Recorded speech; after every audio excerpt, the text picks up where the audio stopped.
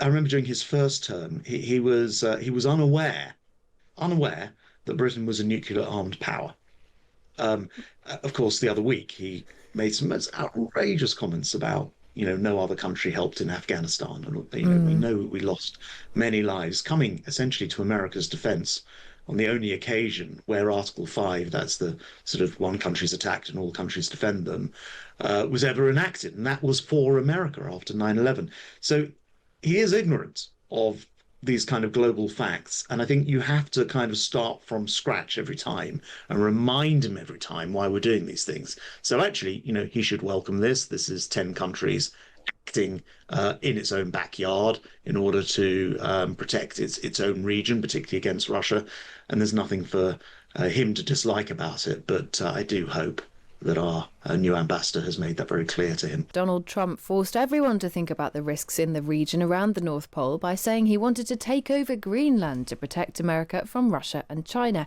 He's backed away from that, at least for the moment, but the UK is trying to show it takes what it's sometimes called the High North seriously.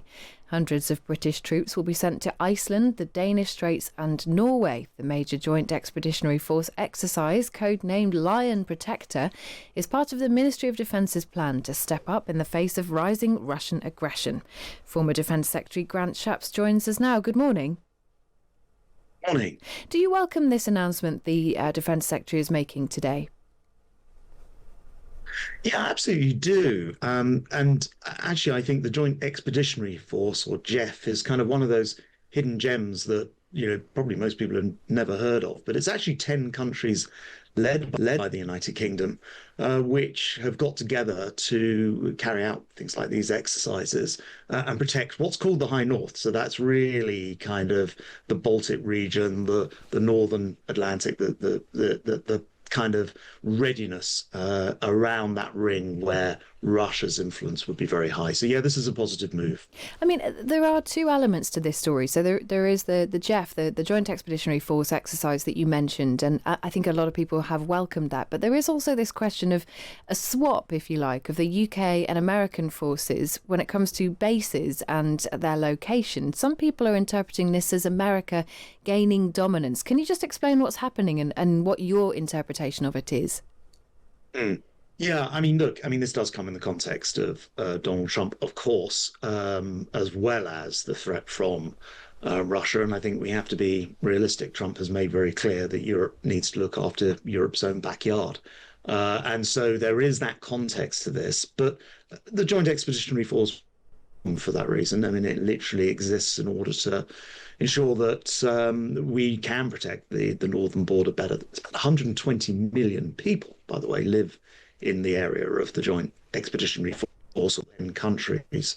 So this is, I think it's kind of, we're often not very good at reminding people that we are preeminent in the defence of this part of the world. And by joining together with 10 countries in total, it does, I think, provide a helpful reminder, Well, both to Russia, but hopefully also to America. Well, I was going to say the last time we tried to provide a helpful reminder, it was interpreted by the president as the start of some kind of land grab. Do you think relations with America have improved now so that we don't run that risk this time round? Well, I just hope it's being very, very clearly signalled to Donald Trump, who isn't always entirely on top of his game on this stuff. I remember and this still shocks me even now, and I was very aware of it. I remember during his first term, he was unaware that Britain was a nuclear armed power. Um, of course, the other week he made some most outrageous comments about, no other country helped in Afghanistan, and we know we lost many lives coming essentially to America's defence on the only occasion where Article 5, that's the sort of one country's attacked and all countries defend them, was ever enacted, and that was for America after 9/11.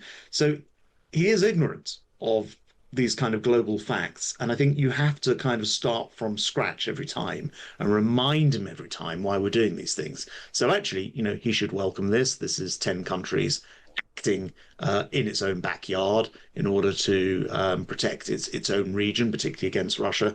And there's nothing for him to dislike about it. But I do hope that our new ambassador has made that very clear to him. Well, you mentioned Russia there. How real is the threat from Russia in that particular region? Because people do debate whether or not Russia is serious about any kind of actual attack. Very is the answer.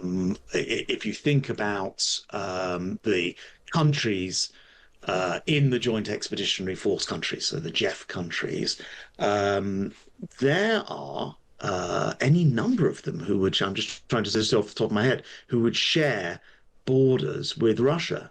Norway, Finland, Estonia, Latvia. You might have to help me out here. We'll get a map up in Obviously, the meantime, but your yes, point is yes. clear I mean, there. That's enough. You've done well there. Your point is clear though, that you do believe the threat is a very real one.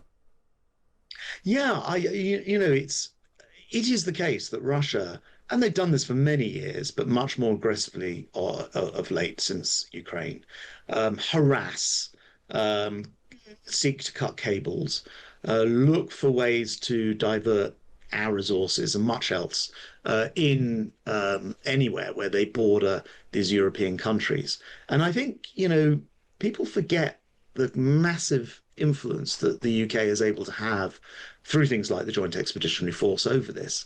I remember being, pleasantly surprised as Defence Secretary when I chaired my first Joint Expeditionary Force meeting that these 10 countries are coming together and literally looking for Britain's leadership in this. And one thing that concerned me, I don't make this as a deeply political point, just as a reality point, but one thing that concerned me when this government came in, particularly with their propensity to sort of give away our assets and pay for the pleasure, as in Chagos, whether they would fulfill our duty to lead the Joint Expeditionary Force. And so that's why I say today I strongly welcome this move. This is an important exercise where we're actually showing that leadership through those northern and Baltic countries. Former Defence Secretary Grant Shapps, thank you for your time this morning.